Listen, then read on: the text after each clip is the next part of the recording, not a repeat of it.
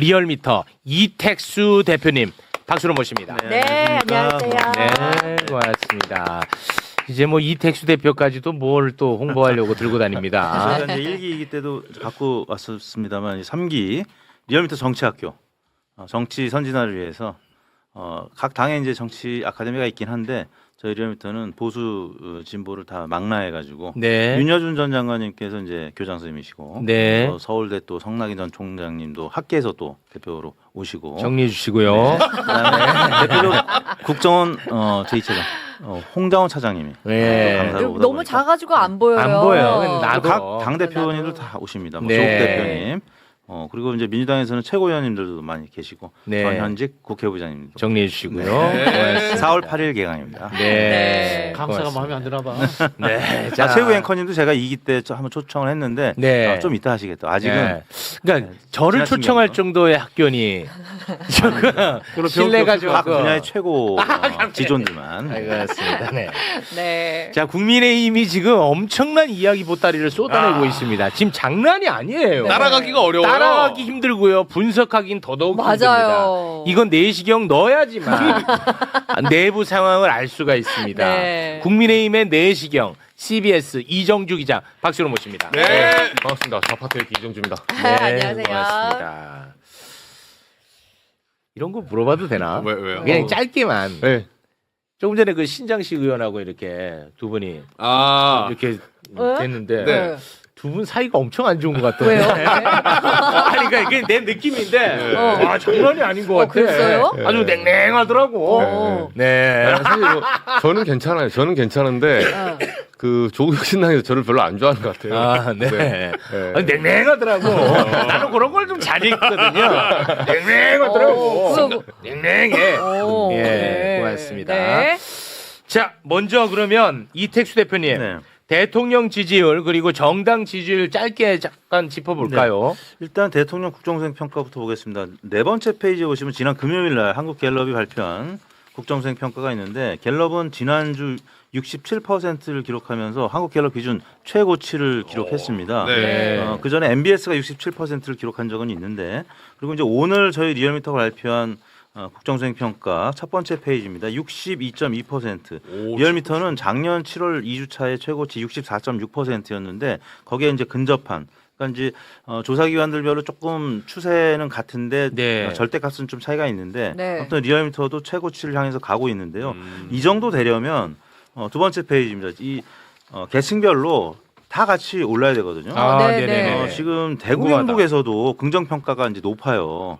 대구 경북에서도 긍정 평가가 높아요. 네, 두 번째 페이지에 이제 제가 붉은색으로 표시한 부분이 대구 경북인데 네. 오차 범위 내긴 합니다만 잘 못한다는 분들보다는 잘 한다는 분이 더 많았고 그러네. 잘함이 매우 46.6, 예. 잘못함이 43.7로 대구 경북에서 긍정 평가가 더 높아. 그러니까 전국 다 긍정 평가가 높아졌고요. 와. 그다음에 대구 경북에서 매우 잘한다는 분들도 26.9%. 매우 잘함이 대구 경북에서 26.9%야. 이거는 대단한 대단하다. 거죠. 와. 네. 그다음에 이제 그 다음 페이지 세 번째 페이지는 이제 20대 연령층하고 연령대별로. 그다음에 이년별로 본 건데요. 20대가 네, 궁금하다. 20대도 남녀를 통틀으면 네.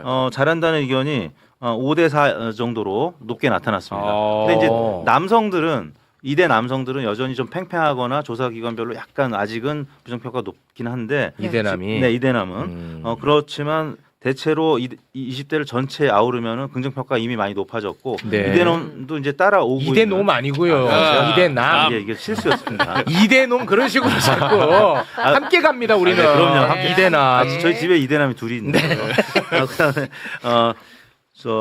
이념 성향별로 보면 보수층만 아직 긍정 평가보다 부정 평가 좀 많은데 이 부분도 향후에 좀 더 호전되지 않을까 싶고요. 지금 이재명 대통령 지지율은 아무튼 독특합니다. 보통은 초반에 좀 높다가 점점 낮아지거든요. 네. 아니면 아예 그냥 이명박 대통령처럼 팍 꼬꾸라졌다가 좀 올라가는데 이재명 대통령 굉장히 높은 편에 속하는데 우상향이야. 횡보하다가 다시 올라가는 예. 이런 경향성을 나타내고 확실히 우상향 경향성이 존재합니다. 네.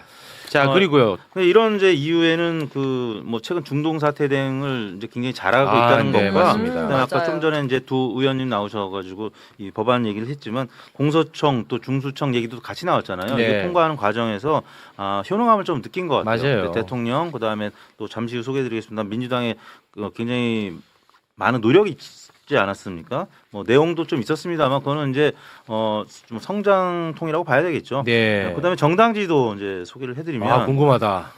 정당지도 지난주 갤럽이 46대 20으로 아직은 이제 갤럽은 20%대 초반에 있고요. 국민의힘이 MBS가 국민의힘이 10%대까지 떨어졌는데 아무튼 뭐 이 정도면 갤럽에서 이제 최저치라고 할 수 있겠고요. 네. 여기서 보면은 대구 경북이 이제 6번째 페이지에 나오는데 갤럽에서는 대구 경북이 29대 28로 1% 포인트 민주당이 이겼습니다.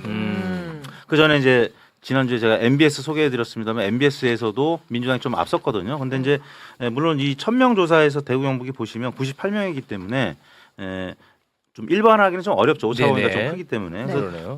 그 다음 페이지를 보시면은 리얼미터도 정당 지지도가 국민의힘이 9.7% 포인트 빠지면서 20% 후반으로 떨어졌습니다. 그러니까 ARS 조사에서는 국민의힘이 대체로 30% 초중반 나오고는 있었거든요. 근데 ARS 조사에서도 지금 20%대 후반으로 떨어진 3주 연속 빠진 모습을 보였고 네. 민주당은 그런 내용이 있었음에도 불구하고 공소청, 중수청법 통과되는 과정에서 이제 53%까지 올리면서 거의 뭐 국민의힘의 2배에 육박하는 결과를 나타냈고요. 이제 다만 이제 정치 고관여층이 참여하는 자동응답 방식을 택하는 리얼미터 조사에서 대구 경북 거를 보면은 저희도 이제 한 대구 경북이 한 100명 좀 못 미치는데 여기서는 9.7% 포인트가 빠졌음에도 불구하고 국민의힘이 여전히 50%대. 와, 국민의힘이 높네. 대구 경북. 네, 그거 좀 띄워주시겠습니까? 그 8페이지에 있는 거. 민주당 33.6, 국민의힘 53.4. 아직 높네. 국민의힘이 그렇게 좋을까? 난 참 신기해. 그래서 자동응답 방식하고 사실 선거 결과랑 좀 이제 맞기 때문에 그래서 네. 지난번 뭐 김부겸 이제 전 총리 얘기를 하면서 말씀드렸습니다만 네. 김부겸 전 총리가 당시에 대구시장 나왔을 때 40% 초반 또 득표를 했었고 이번에 40%대 중반까지도 노려볼만 하다고 이제 말씀을 드렸습니다만 언제든 항상 국민의힘은 50% 넘게 득표를 했기 때문에 뭐 그런 지금 지표가 여전히 이어지고는 있다. 알겠습니다. 네, 자, 알겠습니다. 그러면 국민의힘 이슈와 함께 네. 민심도 같이 좀 살펴보도록 하겠습니다. 먼저 여러분 대구로 오실래요? 네. 대구가 막 지금 이야기 보따리 넘쳐납니다. 난리다 난리. 장동혁이가 대구를 찾아가지고 지금 대구시장 출마자들이 엄청 많잖아요. 박 터지죠, 박 거기. 터지잖아. 네. 대구를 찾아가지고 이렇게 많은 후보들 그래 전원 경선 시키겠다라고 약속을 합니다. 전원 다. 이제 컷오프 없이 전원 경선 시키겠다 네. 약속을 합니다. 그런데 바로 이정연 공관위원장이 대구시장에 출마한 주호영 뭐 자른다는 소문이 있었잖아요. 그건 많이 돌았죠. 많이 네, 돌았잖아. 네. 그 소문대로 주호영 그냥 바로 모가지 댕강. 컷오프. 근데 주호영이 나 모가지 치고 이진숙이 올릴 거라고 얘기했잖아. 그렇죠. 의심받기 싫으니까 이진숙이면 뭐가지 댕강. 와 바로 댕강 쳐버렸습니다. 요거는 예상 못했는데. 컷오프 사진 결과 좀 한번 볼까요? 자, 지금 말씀드린 것처럼 주호영, 이진숙이 컷오프가 되고요. 그로 인해 지금 살아남은 사람이 유영하, 윤재옥, 이재만, 추경호, 최은석, 홍석준 이렇게 남아 있습니다. 그렇습니다. 근데 이진숙이 여론조사 높지 않았어요? 이진숙이가 경쟁력이 솔직히 있었잖아요. 여론조사 네, 상으로는 그럼요. 이진숙 당시 후보가 뭐 최근 여론조사 보면 40%대 초반 나오면서 오. 1등을 달렸죠. 1등. 오, 1위를 친 겁니다. 그리고 주호영 부의장 같은 경우는 뭐 2등, 3등 오차 범위에서 각주를 벌였는데 아무튼 네. 대구 시장 후보 빅3 중에 2명을 네. 날린 겁니다. 빅3 중에 2명. 이건 해석 불가야. 나는 이거 해석이 불가야. 이거 이 정도 나타나야 됩니다. 제가 와. 어제 오늘 사이에 이거 어지러지하더라고요. 근데 제가 오늘 몇 가지는 오늘 두 가지를 말씀드린 거예요. 하나는 이제 취재가 된 사실을 말씀드릴 거고 네. 하나는 향후에 이제 단서를 하나 봐야 돼요. 단서. 조건부. 어. 그걸 제가 간략하게 요약을 해드릴게요. 네. 첫 번째는 이거는 당안에서 아무도 예상 못했습니다. 아, 그래요? 네, 오. 이진수 캠프 쪽 제가 전화 좀 돌려봤는데 네. 이 사람들도 지금 어제부터 분기탱천하고 있더라고요. 아, 이진숙도 지금 반발해요? 네, 그리고 아. 이게 짜고 치는 게 아니에요. 아, 어떤 짜고 치는 거 사람들은 아니야? 이진숙을 재보궐 지금 현역 중에 네. 뭐 추경호든 윤재옥이든 최은석이 나가면 뭐 대구 동구 군의갑, 뭐 달성 여기를 지금 주려고 어, 그 지금 얘기가 약속되는 많더라. 아니냐. 그게 이거 한동훈 주장이거든요. 네, 그렇게 지금 말하고 있는데 약속대련이면 지금 사실 와서 이 날성계 약속대련 해야지 무기를 들고 나오면 안 돼요. 아, 이진숙은 지금 무기 드는 무기 들고 수준이에요? 나왔어요. 사실상. 아, 그래요? 왜냐하면 오늘 무소속의 출마 가능성이 있냐라는 질문에 대해서 원래 당인이라면 무소속은 고려하고 있지 않다 말이라도. 근데 여기에 오늘 NCN 돼 있거든요. 아, 이건 탈당 가능성이 있다는 거예요. 그 정도 엄포로 한번 놓고 시작하는 거라서. 근데 뭐 그 정도 뭐 말을 하지 않았다는 건데 네. 그러면 그 무기는 든 건 아닌 것 같은데 아닌가? 이진숙은 그러니까 제가 이게 하나 정리하면 네네. 대구에서는 지금 약간 그 권력의 지금 장동혁 대표, 이정현 차기 전당대회를 본 사람들이 밑장빼기라고 있어요 지금. 이게 무슨 말이냐면 네. 이진숙 위원장이 예를 들어서요 음. 대구시장이 되잖아요. 음. 4년이 지나면 2030년에 지선하고 대선이 같이 치러집니다. 만약에 시장이 됐다 칩시다. 공천 줘서 이진숙 그 위원장이 대선 나올 것 같습니까? 안 나올 것 같습니까? 그것까지는 나오겠네. 이진숙은 나올 것 같은데. 남을 그죠? 사람이네. 이거는 네. 나온다고 봐야 정상적인. 이진숙은 나오. 정상적이라는 이진숙이니까. 표현을 안 맞는 것 같은데 네, 그러니까. 비정상적으로 나오겠네. 아니 그러니까 이진숙이니까. 그렇죠. 그러니까. 이진숙이란 캐릭터의 캐릭터. 예, 이거 일반적인 뭐 추경호나 윤재욱이 되면 안 나오겠죠. 예, 이거는 정치 자신의 스펙트럼이 그렇거든요. 네네. 근데 이진숙이라는 그 독특한 앱노멀한 캐릭터는 대선에 나올 수가 있습니다. 신박하네. 예, 그러면 그때 가장 위협을 하는 사람이 누굴까요? 장동혁. 장동혁이지. 와. 장동혁이 제거해야 됩니다. 그럼 지금. 아 진짜? 네. 예. 그러니까 이건 저희 시나리오예요. 아, 시나리오인데. 이건 이제 분석입니다. 그렇죠, 네. 그렇죠. 어. 아마 그 사람의 내심에 지금 양파를 한 3번 제가 그 3번 까고 들어간 거예요. 어. 왜 잘랐을까? 왜 이렇게까지 막판 했을까? 그러면 단기적으로는 첫 번째는 단기적으로는 최대 수혜자가 누구냐면 추경호예요. 추경호. 왜냐면 나머지 저 6명 중에 추경호가 제일 세거든요. 어. 그럼 추경호가 이 작업을 하려고 노력한 흔적은 있어요. 근데 추경호가 작업을 해서 이진숙을 자른다? 추경호가 그럴 힘이 없어요. 아 그렇겠지. 네, 추경호가 지금 수사받고 있잖아요. 네. 계엄 당시에 전화 맞습니다. 받고. 그래서 추경호도 위험하기 때문에 추경호는 지금 대구시장으로 달아나서 정치 탄압이라는 외피를 써서 현재 계엄 수사를 피해가려고 하는 거예요. 네. 그게 추경호의 1번 목적이지 당을 장악할 힘은 없어요. 객관적으로. 근데 1차적인 수혜자는 이렇게 가면 추경호가 당선될 가능성이 높거든요. 지금 이 현역 중에 추경호가 이깁니다. 쭉 3위였으니까. 그래요? 근데 저는 이게 개인적으로는 지금 요렇게 됐잖아요. 일단은 뭐 나는 분석이 안 되는데 해야 될 거 아니야. 나도 네. 혼자서. 네. 요거 보면은 만약에 요렇게 딱 정리가 됐어요. 그리고 나서 박근혜가 시동 한번 걸어줍니다. 어. 그럼 유영아가 뜨지 않을까? 저도 그 생각을 했는데. 근데 장동혁은 박근혜한테 한번 수혜를 입었어요. 그렇죠. 단식할 때. 그렇죠. 그러니까 그 얘기가 그러니까 박근혜 오른팔이 이정현 공관위원장이고 그렇지. 그 공관위원장이 있는 상태에서 유영아가 나가니까 되지 않겠냐 이 논리잖아요. 네. 그렇습니다. 근데 생각보다 이거는 이제 대구 당원들한테 물어보면 답이 나오는데 박근혜가 저 밑에 있는 지지율을 끌어올릴 만한 파워가 있냐 유영아를 없어요? 없어요. 그 정도는 없다. 없어요. 네, 그 정도는 안 됩니다. 네. 이정주 기자가 대구 당원들한테 물어보니까 이야기가 느낌은 국민의힘 그 소속인 것 같아요. 그렇게 이야기하는데 네. 제가 이제 전직 대구 시민 아닙니까? 네.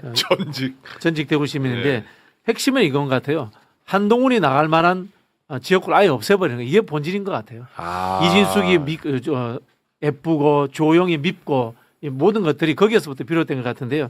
이렇게 보면 이제 경선할 만한 사람이 이제 추경호, 달성군, 그다음에 유영아, 달서, 윤재옥, 달서 요 세 군데거든요. 요 세 사람 중에 하나가 된다고 봐야 되거든요. 근데 이제 달서 지역이 이른바 대구에서 뭐 서울의 강남처럼 잘 사는 지역구가 아니에요.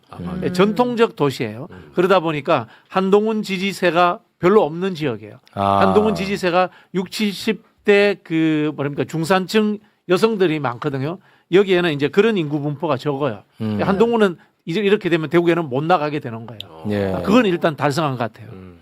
실제 이제 유영아 의원이 그 최근 발표된 여론조사 결과들을 보면 그다지 지지율이 높지 않습니다. 네. 다른 이제 아까 빅3 외에 이제 중위권 의원들이 한 뭐 5%에서 10%포인트 사이라면 유영하 의원은 한 3%밖에 그 안팎으로밖에 안 나왔기 형편없네. 때문에 그래서 이제 말씀하신 부분이 좀 일리가 있는 내용이라고 할 수 있습니다. 근데 이제 민주당에서는 김부겸 전 총리가 나온다고 하니까 그거가 좀 변수가 된 거 아니에요? 그러니까 그러니까 그거를 역으로 어떻게 하냐면 국민의힘은 그 변수가 있어요. 실제로 공관위에서 어제 돌려보니까 공관위원 전화를 해보니까 한 명이 얘기해 주더라고요.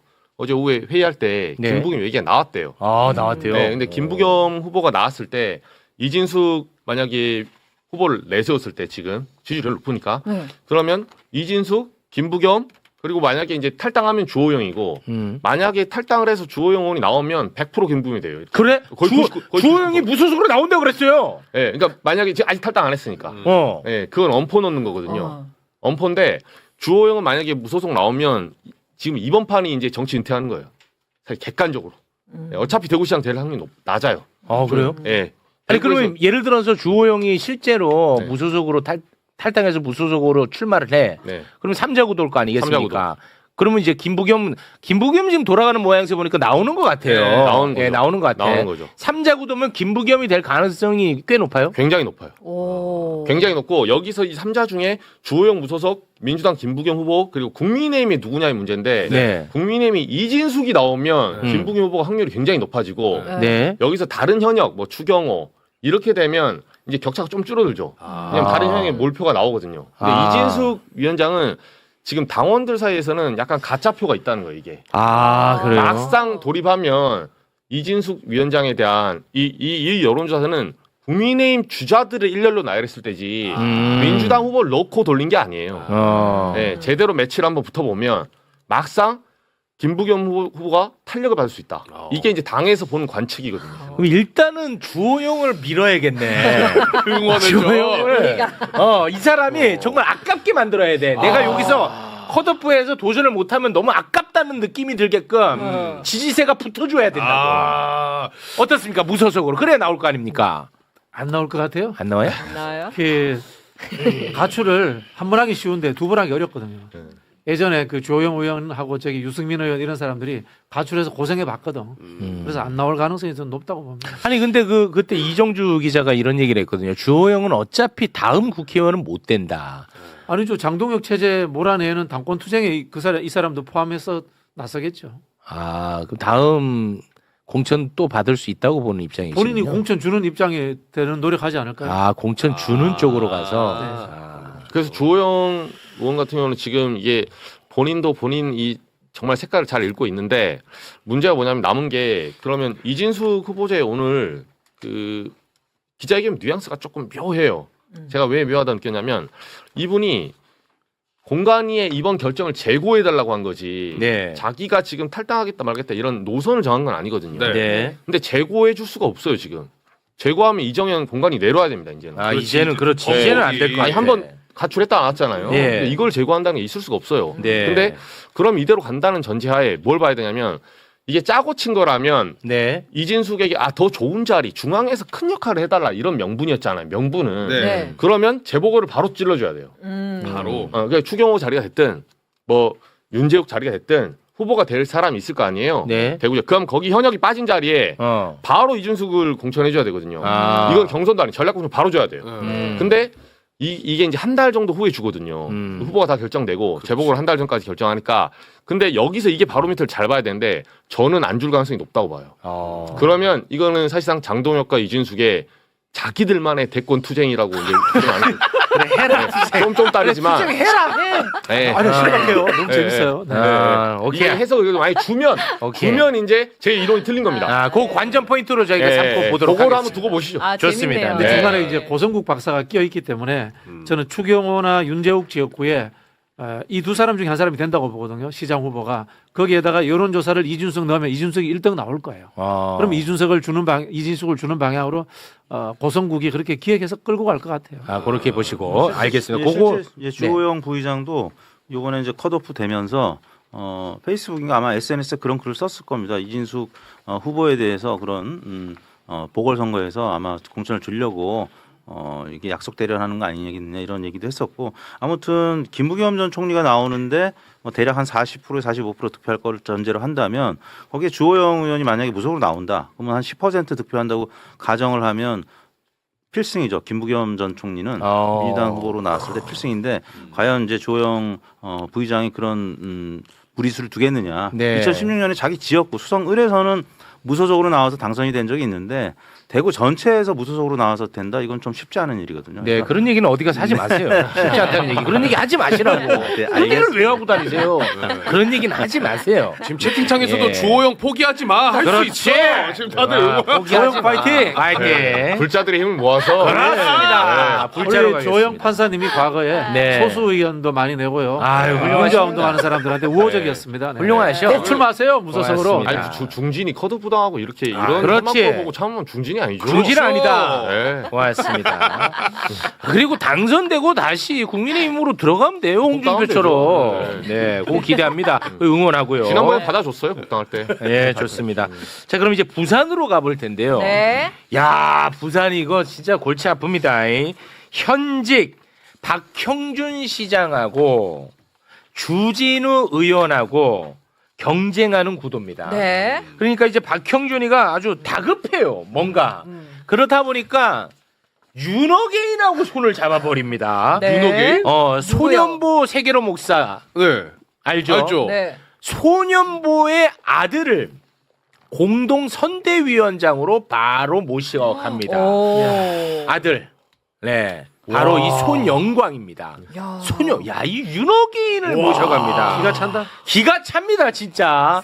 그런데 이걸로도 이제 안 되겠다 싶었는지 갑자기 삭발식을 합니다. 삭발식. 네. 이거 왜 하는 거야, 근데 삭발? 글로벌 허브 도시 특별법을 빨리 해달라고 지금 제가 찾아보니까 정치하면서 첫 삭발이라고 하는 것 같아요. 첫 삭발이야. 네, 그렇습니다. 내란 때도 안 하던 삭발. 네, 그래서 국회 본청 앞 계단에서 긴급 기자회견 열고 삭발을 저렇게 열었고 이게 지금 상황을 보니까 그러니까 왜 하는 거야? 명분이 뭐야, 명분이? 삭발을 왜 하는 거예요? 그러니까 부산 글로벌 허브 도시 특별법 요거 행안위 통과 좀 시켜달라. 통과시켜달라고? 요건데 제가 쉽게 설명해 드릴게요.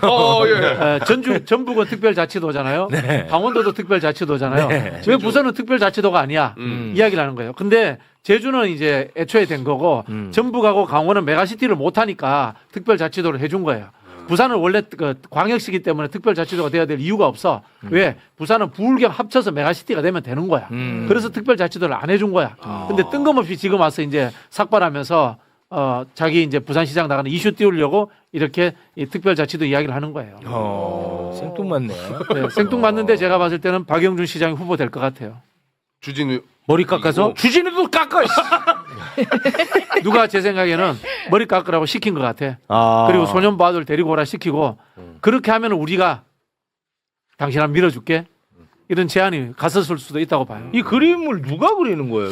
그러니까 지금 부산판이 이제 뭐냐면 오늘 삭발한 이유는 설명드리면 어제 저녁에 결정됐다 하더라고요. 삭발하겠다는 결정. 삭발하겠다는 게. 물론 뭐 저한테 거기서 모든 진실을 말한다고 저는 생각하지 않아요. 네네네. 근데 일단 그렇게 전달을 해줬는데 이 법안은 명분이고 이게 지금 글로벌 허브도 이게 뭐 세제 혜택 기업 이런 게 있거든요. 특구 지정에서. 근데 전재수 의원이 내일 원내 지도부를 만나요. 전재수 의원이 예전에 같이 발의했기 때문에 2024년에 전재수가 대표 발의한 거예요? 같이 같이 공동 발의한 공동 부산 발의한 거예요? 의원이니까. 예. 근데 내일 원내 지도를 만나서 민주당이 이거를 행안위 상임위에서 통과시킬 가능성이 높아요. 전재수 의원이 가서 부산 좀 해주이소. 그러면 통과시켜. 윤건영 의원은 이제 해주는 거야. 어. 그러면 그 공을 다 전재수 의원이 갖고 간다는 거예요. 그래서 해가 뜨기 전에 바로 앞에 서 있으면 돼. 지금 이제 일출이 되니까 내가 여기 이거 정확하다. 내가 들어보니까. 그렇죠. 날짜가 나와 있어요 이게. 내일 아침에 아. 원내 지도부 전재수 의원이 예약을 해놨어요 지금. 계획 잡혀 있어요. 그거였구나. 그 박형준이 엄청 교활한 수를 쓴 거. 그렇죠. 사람들은 모르니까. 모르지. 나도 네. 몰랐으니까. 네, 가서 그냥 반발짝 빠르게 내가 그 앞에 서 있으면 내가 해를 띄운 게 되잖아요. 그래서 그 전략을 쓰는 와. 거예요. 아니 실제로는 전재수 삭발해. 아니 이거는 진짜 너무 억울하잖아. 억울하다. 이거는 아니 민주당에서 반대도 안 하고 도와주는데 왜 삭발을 해요?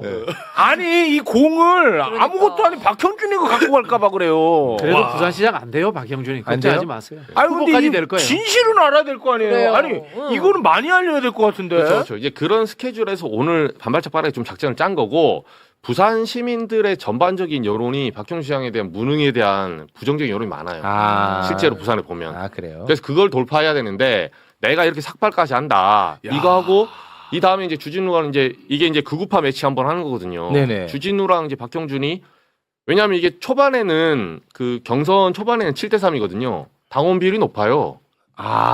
위로 올라가면 본선에서는 5대5지만 그러면 소년부 아들은 경선용이네. 그렇죠. 그래서 경선 선대위원장을 데려온 거예요. 와, 진짜 교활하다. 와. 나름의 전략가가 붙었네. 그러니까 제가 어떤 기획자가 이걸 제안을 했다라고 보는 게 자, 대구에 한동훈이 나갈 자리가 없어졌어요. 네. 그렇죠? 그럼 이제 한동훈은 부산을 기웃거리게 돼. 부산에서 해운대가 한동훈이 나가기 제일 좋은 자리야. 주진우 자리. 주진우 자리. 주진우 이제 공천 못 받는 거예요.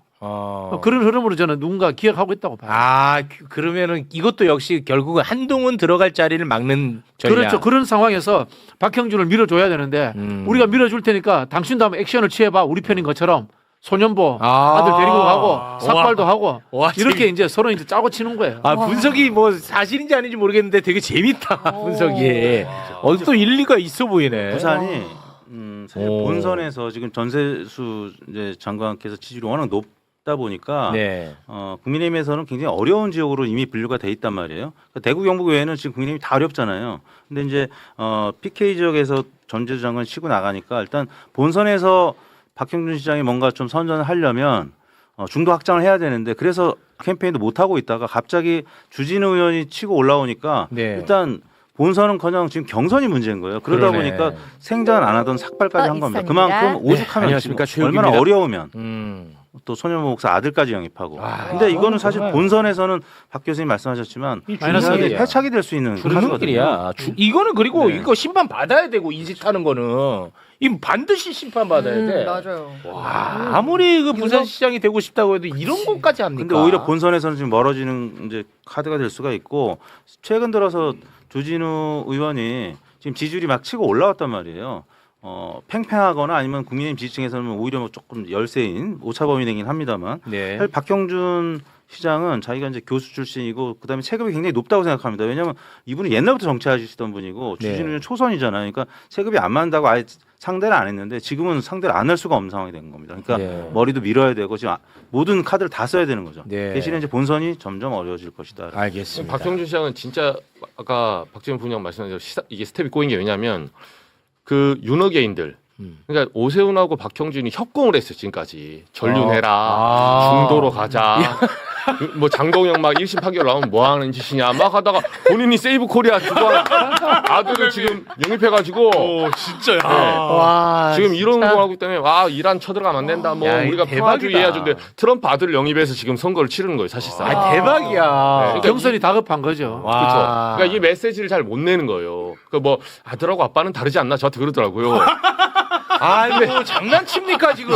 이 아들이 세이브 코리아 거기에 기여를 한 친구예요. 장난칩니까? 집회 바른 연합 그 청년회의 하면서 제가 봤을 때 누가 중간에 끼어서 장동혁하고 박형준을 이렇게 화해시킨 것 같아요. 화해시킨 것 같아요. 한동훈 못 나오도록 하자라는 부분에서. 그게 진실인지 아닌지 모르겠지만 상당히 설득력 있어요. 그러니까. 교수님 아니 지금 말씀이. 부산에 그 전재수 의원 지역구는 북구 갑인 걸로 아는데 그쪽에는 한동훈이 나오면은 삼자구도에서 이길 수가 없어요. 민주당이 되는 삼자구도는? 지역이에요. 근데 해운대에는 아까 말씀드린 것처럼 중산층의 노령층 여성표가 많은 지역이에요. 네. 그러다 보니까 한동훈이 나올 가능성이 있는 데거든. 알겠습니다. 자 오늘 뭐 경남지사 울산시장 요쪽도 좀 봐야 되는데 시간 관계상 오늘은 여기서 마무리를 짓고요. 저희는 또 부동산 이거 맞아요. 정상화 네네. 시켜야 되거든요. 네. 여기 3월 걸었거든요. 그리고 요거는 그냥 그 단신으로 하나 좀 알려주시죠. 경기도지사 민주당 그 예비 경선이 있었잖아요. 네. 그 결과만 단신 처리 좀 해주세요. 자, 본경선 진출 세 분이 진출했습니다. 김동연 지사, 추미애 의원, 한준호 의원이 본경선에 진출을 했습니다. 그렇습니다. 네. 권칠승, 양기대 두 분이 이제 떨어졌네요. 네. 까맣게 색칠해버렸네. 이제 4월 5일부터 7일까지 사흘간 치러집니다. 본경선은. 네. 네, 당원 50, 일반 국민 여론조사 50으로. 네. 네. 자, 그러면 세 분 여기서 인사드리고요. 저희는 부동산 살려야 돼요. 맞아요. 부동산. 네. 부동산. 네. 세 분 대단히 고맙습니다. 네, 고맙습니다. 자, 이재명 대통령의 부동산 정상화에 대한 의지는 아직도 확고하다는 것이 SNS를 통해서 또 확인이 됐는데요. 네. 이재명 대통령의 SNS 이 이광수 소장이 전쟁이 나도 이 의지는 계속 표명하셔야 됩니다. 전하. 통촉하여 주시옵소서. 눈물로 애원을 했었거든요. 네. SNS에 또 글을 올렸습니다. 함께 살펴볼까요? 주택과 부동산 정책의 논의, 입안, 보고, 결제 과정에서 다주택자와 비거주 고가주택 소유자, 부동산 과다 보유자를 배제하도록 청와대와 내각에 와. 지시했습니다. 야. 부동산 공화국 탈출은 대한민국 대전환을 위한 핵심 중의 핵심 과제이고 부동산이나 주택 정책에서는 단 0.1%의 결함이나 구멍도 있어서는 안 되기 때문입니다. 다주택자나 투자, 투기용 비거주 주택 보유자, 초고가 주택 자체를 비난할 이유는 없습니다. 주택 보유가 많을수록 유리하도록 집값이 오르도록 세제, 금융, 규제 정책을 만든 공직자들이 문제입니다. 그런 제도를 만든 공직자나 그런 제도를 방치한 공직자가 그 잘못된 제도를 악용해 투기까지 한다면 그는 비판을 넘어 제재까지 받은 게 마땅하겠죠. 네. 지금부터라도 부동산 주택 정책에서 배제하는 것이 타당하겠죠. 부동산, 특히 주택 가격 안정은 이 정권의 성패가 달린 일이고 대한민국의 운명을 가르는 일입니다. 이광수 대표 박수로 네. 모시겠습니다. 네, 안녕하세요. 와. 이 의지를 계속해서 보여야 된다. 불과 얼마 전에 매부쇼 나와서 또 강조를 한번 하셨는데, 야, 마치 뭐 두 분이 대화하듯이 또 마침이 또 글이 올라와가지고 제가 얼마나 안심했는지 모릅니다. 이번 정책은 이번 일단 대통령 SNS 글을 조금 우리가 곱씹어 볼 필요가 이건 좀 곱씹을 있습니다. 부분이 해석이 있습니까? 좀 필요하다고 네. 저는 보고 있고요. 물론 굉장히 중요한 그 방향성이죠. 정책을 만드는데 과연 도덕적인 문제라든지 아니면 정책을 만드는 사람들이 다주택자면 되냐 뭐 이거에 대한 근본적인 물음인데 네. 전 이거를 출발 신호라고 보고 있어요. 그러니까 출발 무슨 신호. 얘기냐면 이제 본격적으로 정책 발표를 할 텐데 아, 네. 근데 그 정책을 발표하고 입안하는 사람들이 문제가 있다면 이 정책의 신뢰도가 떨어지는 거 아니냐. 맞아요. 아니, 그래서- 문제가 있다기보다는 이해 충돌. 그렇습니다. 그렇습니다. 뭐 문제보다는. 그리고 또 하나 뭐냐면 국민들이 그걸 보면서 신뢰를 안 가질 수 있다는 거죠. 조금이라도 그렇지. 가능성이 있으면. 특히 보수 언론들이 굉장히 여기에서 뭐라고 그러잖아요. 그거 꼭 장난 많이 치지 그런 그렇죠. 걸로. 특정인 딱 해갖고. 그렇죠. 뭐 비서실에 다주택자가 몇 어. 명이다. 뭐 정책을 만든 사람들이 강남에 아파트를 갖고 있다. 뭐 이런 얘기들이 많지 않습니까? 그렇습니다. 그렇게 되면 정책이 나왔을 때 그 정책에 대해서 예를 들어서 시장의 효가 나든지 아니면 신뢰가 떨어질 수 있잖아요. 그렇죠. 그렇기 때문에 먼저 쉽게 말해서 단도리를 치는 거죠. 네. 이 얘기는 뭐냐면 이제 정책이 본격화될 거다. 우리 정책을 이제 만들 거다. 이런 출발점으로 전 이해하고 대박 있어요. 싹. 그렇죠. 진짜 그러네 듣고 보니까. 그렇죠. 그러니까 뭐냐면 향후에 뭐 나올 정책도 와. 없고 이제 끝났다고 생각하면 이렇게 말할 굳이 필요 없지. 그렇죠. 굳이 그러네. 이렇게. 그러니까 이 얘기는 뭐냐면 이제 본격적으로 정부가 그리고 이재명 대통령이 이 부동산 안정화 정책을 만들고 그리고 시장의 그런 개혁 조치들을 하겠다라는 출발 신호라고 저는 해석을 하고 있습니다. 와, 그러네. 그래서 이게 굉장히 뭐 반갑고 기쁜 거죠. 그런데 더 기뻤던 건 뭐냐면 이제 문제의식과 같이 보는 건데요. 그러니까 최근에 제가 계속 말씀드렸듯이 강남 아파트를 중심으로 해서 가격 하락이 이어지고 있고 네. 그리고 시장에서 뭐 조금 안정화되는 거 아니냐 이런 기류가 있잖아요. 네. 그리고 또 하나 뭐냐면 다른 큰 문제들도 많다. 음. 이런 얘기들을 하면서 부동산에 대해서 조금 동력이 떨어지는 거 아닌가 이런 우려를 개인적으로 제가 갖고 있었지 않습니까? 했었잖아요. 네. 그런데 4번 한번 보실래요? 4번. 뭐냐면 뭐 그런 제가 움직임을 우려해서 말씀드린 건데 네. 갑자기 청와대에서 이런 얘기들이 나온단 말이죠. 보유세 인상 검토 안 한다. 최후의 수단이다. 그러니까 이걸 보면 뭐냐면 제가 계속 이걸 강조하지 않았습니까? 그리고 뭐냐면 이 말을 잘 살펴보면 부동산 가격이 이제 오르면 나 뭔가를 할 거야 라고 해석할 수 있고 그렇게 얘기를 하고 있다. 그게 가장 위험하다고 항상 말씀하셨고. 그렇죠. 자산시장에서는 뭐다? 미리 정책을 만들어야 되고 그래야 네. 사람들이 거기에 신뢰를 갖고 행동하잖아요. 근데 가격이 이미 다 오른 다음에 뭐가 도입되면 이게 뭡니까? 통하지 않는다는 거죠. 그렇습니다. 그런 측면에서 미리 해야 되고 정책을 만들어야 된다고 말씀을 계속 드렸는데 청와대에서 최근에 이런 발언들이 계속 나온다는 거죠. 그래서 저는 사실 걱정이 된 거예요. 네. 이게 또 다시 그냥 말로만 끝나는 것도 아닌가. 그리고 아무것도 안 하고 마치 이제는 가격이 안 오르면 그냥 넘어가겠어라고 생각하는 거 아닌가. 그런 걱정이 되는 이런 상황에서 대통령의 그런 SNS의 방향이 이제 발언이 의미가 굉장히 컸다라고 일단 판단하는 겁니다. 아유, 네. 너무 좋습니다. 자, 그러면 하나하나 뭐 짚을 부분. 그렇죠. 일단 이제 최근에 시장의 가장 큰 이슈가 뭐냐면 이제 2번을 보시면 2번. 공시가격이 발표가 됐어요. 네. 공시가격. 네, 공시가격이라는 건 건물과 토지의 공식적인 가격을 정부가 발표하는 거예요. 네. 그래서 이 공시가격을 기준해서 쉽게 말해서 세금을 부과하는 거죠. 그렇지. 네. 그래서 공시가격이 서울을 기준으로 해서 18.67%가 상승했단 말이에요. 이게 평균이잖아요, 근데. 그렇죠. 예. 근데 집값이 오르면 당연히 공시가격이 오르는 거예요. 네. 집값이 올랐다, 집값이 올랐다는 얘기예요. 네. 그리고 지역별로도 오른 지역은 굉장히 많이 올랐지 않습니까? 네. 그렇기 때문에 이제는 세금도 당연히 증가해야 되는 건데 또 굉장히 많이 뭐 전문가들 언론 할 거 없이 이제 보유세 폭탄이다는 얘기가 나오기 또 시작했단 말이에요. 네. 보유세가 30% 40% 증가하고 있다 이런 얘기가 나오고 있다는 거예요. 그래서 저희가 한번 문제 지적을 한번 해보자는 거죠. 일단 우리나라 공시가격은 주택 가격에 실제로 거래되는 매매 가격의 평균적으로 69%밖에 안 돼요. 아, 그래요? 맞아. 네. 맞아. 그러니까 예를 들어서 10억 원에 거래되면 세금을 내는 공시가격 기준은 7억 원으로 계산된단 말이에요. 그럼 왜 네. 그렇게 하냐고.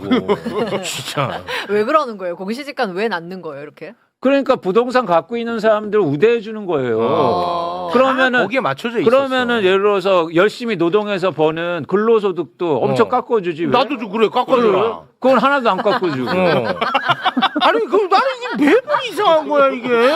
이상하죠. 항상 이런 게 통용돼요. 부동산만 가지면 네. 뭔가 봐줘, 깎아줘, 세금도 줄여줘.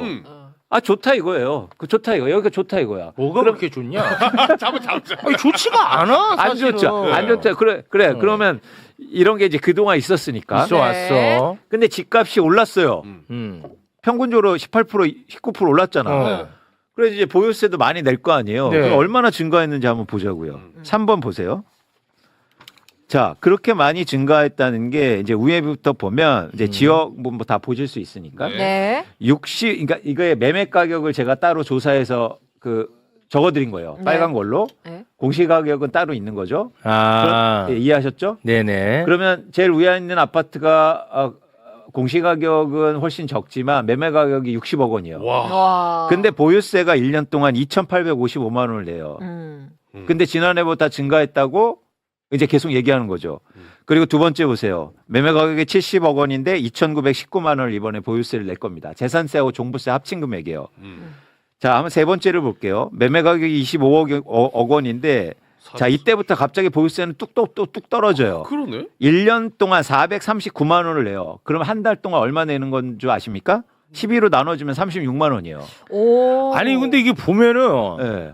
집값 그냥 집 샀다는 이유 하나만으로 10억 이상 올랐어 1년 사이에. 네. 그러네. 그런데 늘어나는 세금은 나는 10억 이익을 받는데 이게 1,000만 원 정도 늘어나. 그렇죠. 이 뭐 하는 겁니까 이게? 그러니까 올라가는 가격이 올라가는 것만큼 세금이 따라붙지도 못해. 그래서 제가 와. 공정하냐를 계속 묻고 있는 거예요.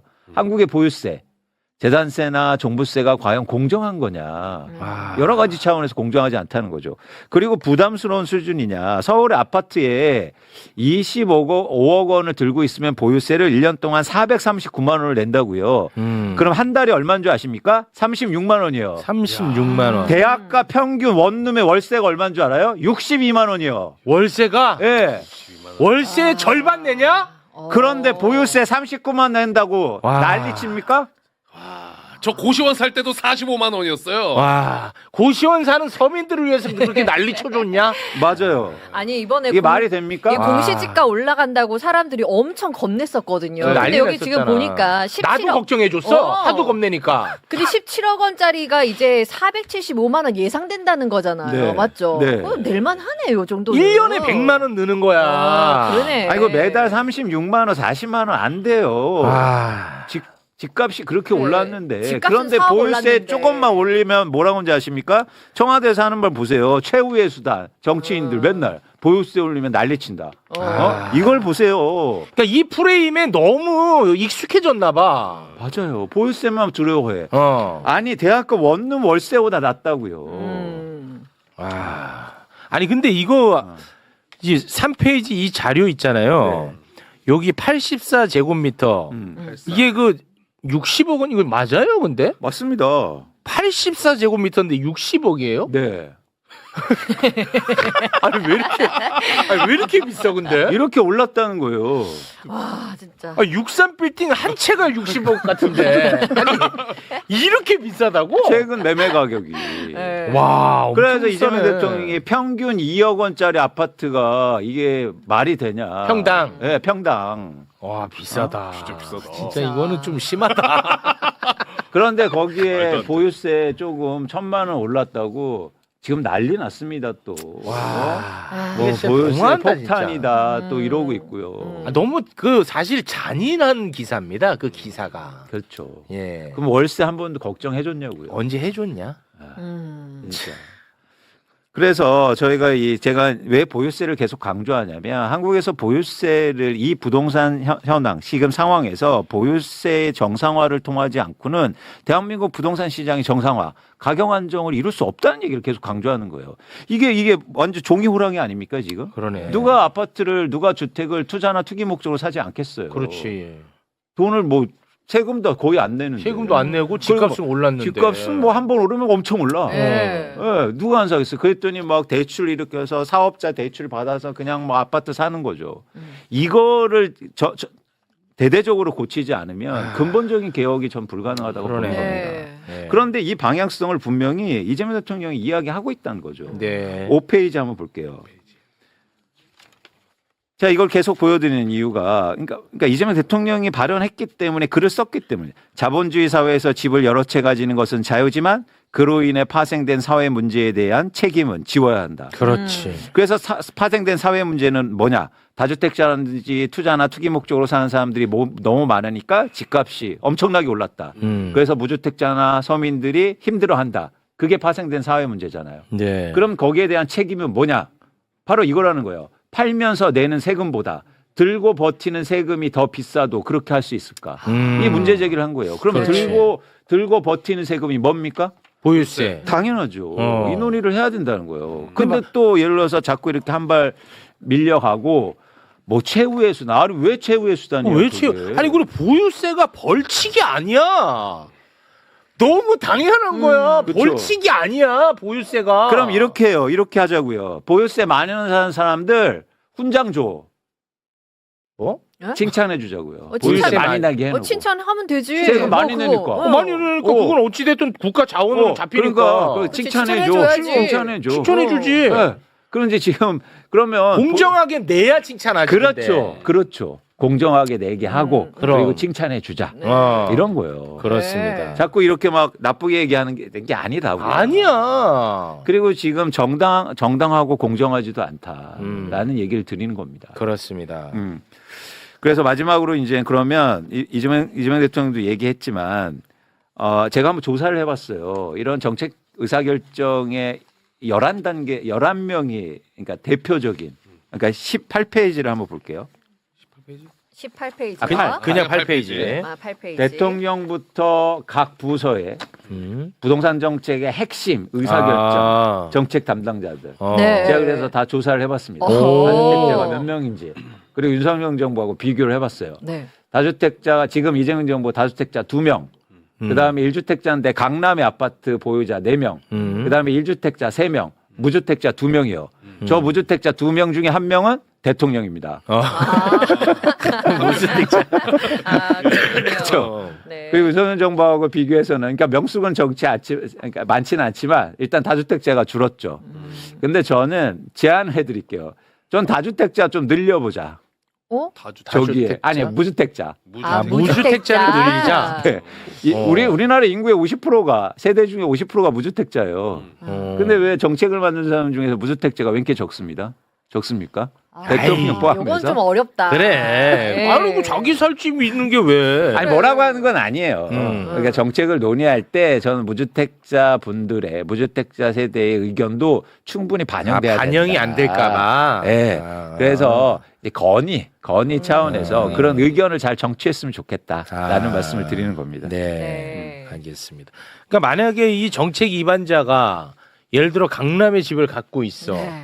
그러면 내 집 떨어지는 정책을 펼치기가 어렵잖아, 사람인 이상. 그렇지. 그러니까 그런 거를 이재명 대통령이 지적을 한 거고 그렇죠. 그러지 않겠다는 건 굉장한 결단입니다, 사실. 맞습니다. 네. 그리고 저는 아까도 말씀드렸듯이 이게 일종의 출발 신호라고 전 새기고 있고 네. 그런 측면에서 기대를 많이 하고 있다. 네. 그러니까 이제 정책을 만드는 사람들이 좀 더 이제 구성도 달라지고 이러면 좀 더 의욕적으로 정책을 펼칠 그렇습니다. 수 있겠죠. 네.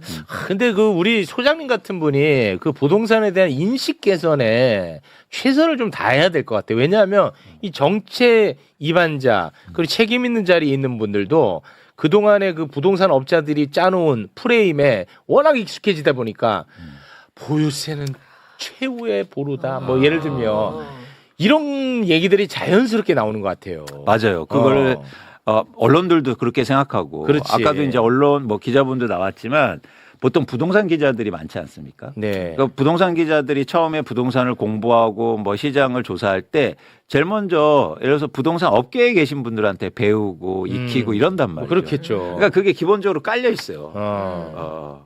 그러니까 얘가 말씀드렸잖아요. 부동산 가격이 오르면 좋은 거라고 얘기하고. 그렇지요. 부동산 가격이 예를 들어서 안정되고 한정 안정되면 나쁘다.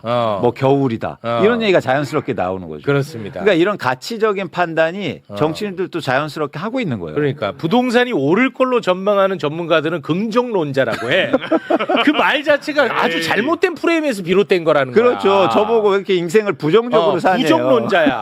부동산이 떨어질 거를 예측하는 부동산 전문가는 부정론자야. 이 말 자체가 얼마나 큰 힘을 갖고 있는지 모른다는 거야. 네, 그렇죠. 이렇게 지적을 하니까 새삼스럽잖아. 우리도 모르게 자연스럽게 썼다니까.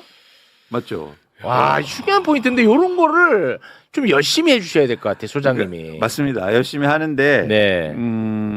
근데 들어준 데가 사실 많지 않다. 어. 네, 거기 매불쇼가 유일하고 아유. 네, 그런 측면에서 되게 감사하고 그런데 저희가 또 자주 말씀드리고 하니까 인식이 많이 바뀌는 건 제가 느껴요. 네. 네, 그리고 여론도 그렇고. 그렇습니다. 사실 지지도가 훨씬 더 이제 부동산 안정에 대한 지지도가 훨씬 더 높단 말이죠. 높잖아. 이제 반응하잖아. 보유세에 대한 지지도도 올라가고 올라와야 있어요. 돼. 네. 그래서 저는 다시 한번 말씀드리지만 용기를 가질 필요가 있다. 그렇습니다. 그리고 우리가 이상한 걸 만들고 사람들을 괴롭히자는 그게 얘기가 아니야. 아니에요. 벌칙이 아니라니까. 맞습니다. 예, 네. 고맙습니다. 네. 자, 1부 생각보다 꽤 길어졌군요. 네. 1부는 여기서 마무리 짓고요. 네. 2부에서 또 아주 반가운 얼굴이 매불쇼를 또 찾아주습니다. 누군지 이렇게 슬쩍. 예, 공무원 시험의 대가. 예, 권성동과 함께 공무원 시험의 대가 매불쇼를 또 찾아주셨습니다. 합격. 네. 함께 해주신 두 분